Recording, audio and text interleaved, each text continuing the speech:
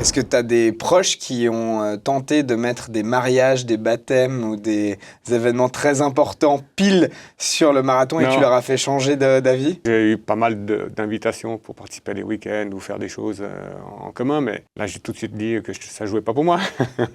Le marathon passe avant maintenant.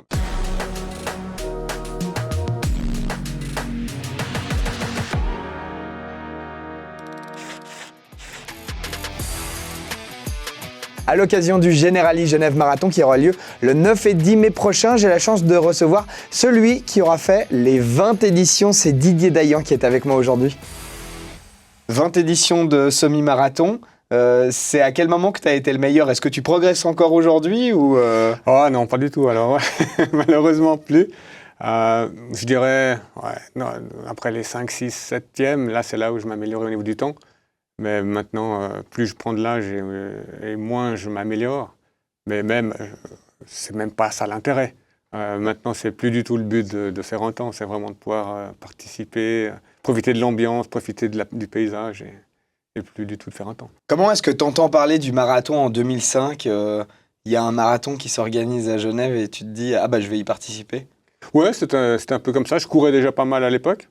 Je faisais pas une course spécifique à Genève et j'ai entendu que ça s'organisait. Je dis pourquoi pas, on commence. Est-ce que tu as des proches qui ont tenté de mettre des mariages, des baptêmes ou des événements très importants pile sur le marathon et tu leur as fait changer d'avis? Non, pas par rapport à des activités aussi importantes parce que là, j'aurais pas participé. Par contre, j'ai eu pas mal d'invitations pour participer à des week-ends ou faire des choses en commun, mais là, j'ai tout de suite dit que ça jouait pas pour moi. Ça t'a fait plaisir de sortir un peu de la ville? Par rapport aux premières éditions où on était dans la zone industrielle, ça a changé complètement. Effectivement, maintenant, le marathon il s'est ouvert à la campagne. Il y a beaucoup plus d'ambiance aussi parce qu'il y a pas mal d'orchestres de musique qui jouent. Il y a beaucoup plus de monde, de spectateurs qui nous encouragent. Donc, ouais, ça a changé quand même pas mal par rapport à ça. Sur le parcours actuel, c'est quoi ton moment préféré, notamment sur le semi-marathon? Alors moi j'aime bien la descente de Vesna. Ouais. Elle est chouette, hein. Elle est chouette. Même si la ligne droite est très très longue. La ligne droite est longue. Il y a pas mal de monde maintenant qui s'amasse le long de ces quais. Et donc ça motive aussi, il nous encourage et ça va. J'aime bien cette vue sur le lac, sur la rade, avec le jet d'eau au fond. C'est sympa. Pour ce qui est des souvenirs sur ces 20 éditions, est-ce qu'il y en a une en particulier qui t'a marqué par, je sais pas, des conditions météorologiques dantesques ou toi, une performance particulière?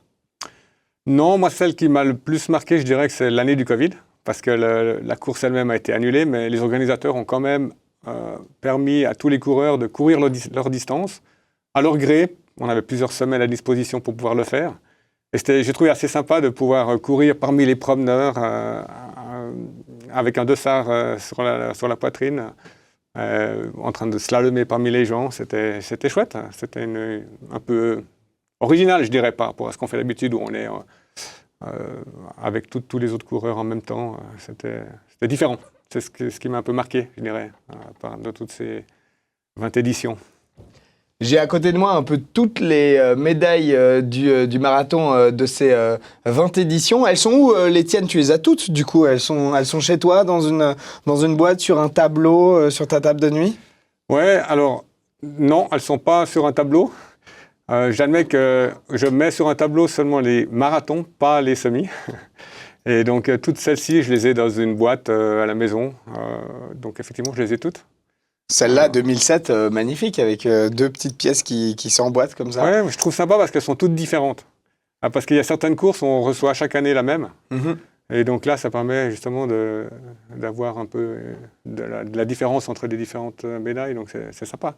Un conseil pour les personnes qui vont faire leur premier semi-marathon de la part de quelqu'un qui sera à son 20e? Moi, je dis toujours, il ne faut pas vouloir partir trop vite.